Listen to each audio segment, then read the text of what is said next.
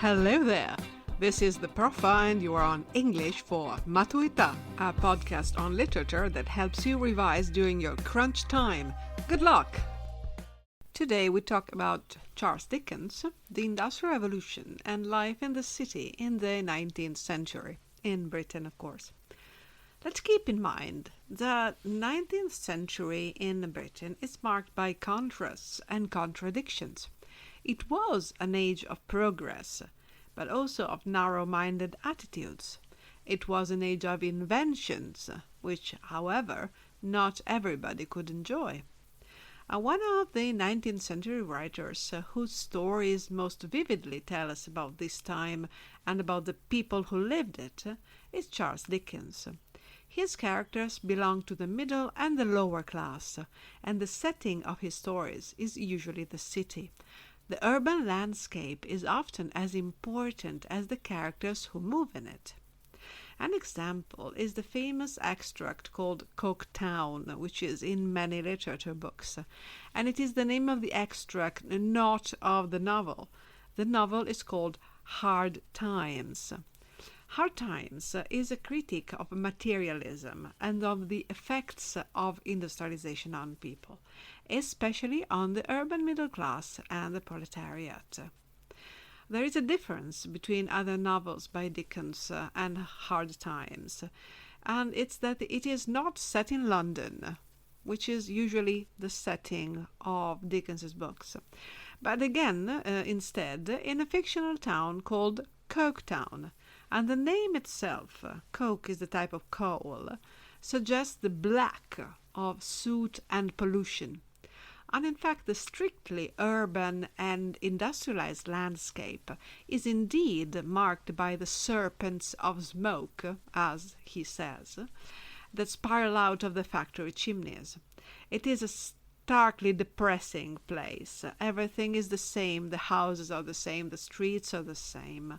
And the progress of the new working environment, the factories, where work was completely different than before, is put in stark contrast with its depressing outcome. The people who work in a new place, in a new job, are not happy. However, Hard Times is not, strictly speaking, a novel about the role of industrialization, which is its background. But it is instead about education and learning.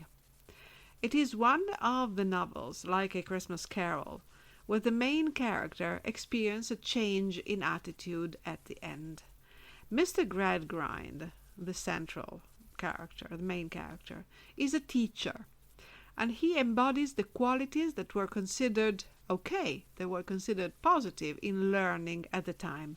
Facts are important, not feelings or ideas. Creativity is discouraged and even punished.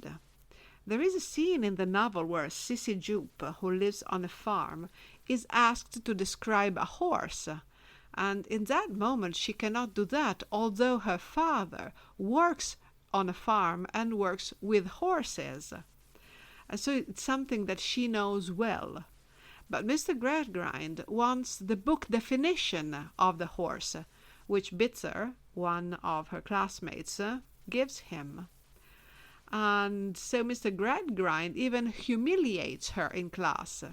He doesn't even say her name. He calls her girl number 20. She doesn't have an identity as a student. And so she is really humiliated in class because she cannot give the book definition of the horse. But this is something that is in her experience. And I have to say, this style of teaching, truth be told, went on for generations. It's possibly just changing these days. And we cannot avoid mentioning Pink Floyd's 1979 song Another Brick in the Wall Part 2 with its children choir. And coincidentally, brick walls and buildings are typical of the 19th century. Anyway, back to Dickens and what he wanted to do with his books.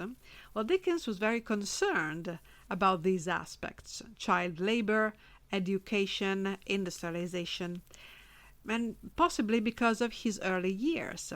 His father had been imprisoned for debt, and at 12 years old, as the eldest child of his family, he was sent to work.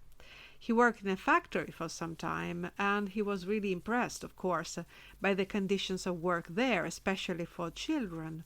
He was overjoyed when his father was released from prison and he could go back to school. Imagine that. And we find an echo of this period that he lived in his novel David Copperfield. If you can, look for the BBC series which features a very young Daniel Radcliffe, Harry Potter, as David in his childhood. It's a great series. So Dickens was very good at creating impactful characters and atmospheres, mostly because his characters are easy to understand, being mostly caricatures, right? Caricatural, one-dimensional beings. But this, the fact that his characters are easy to understand and possibly relate to, helped him get the message across, because when something is easy to understand, we relate to it very easily.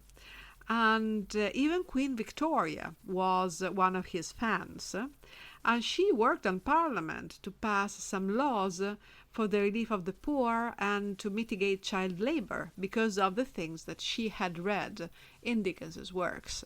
Thank you for listening to my podcast, and I wish you smooth sailing for your exam. And if you have any suggestions for future episodes, please just write me at the email you'll find in the description. Have a good day. Bye.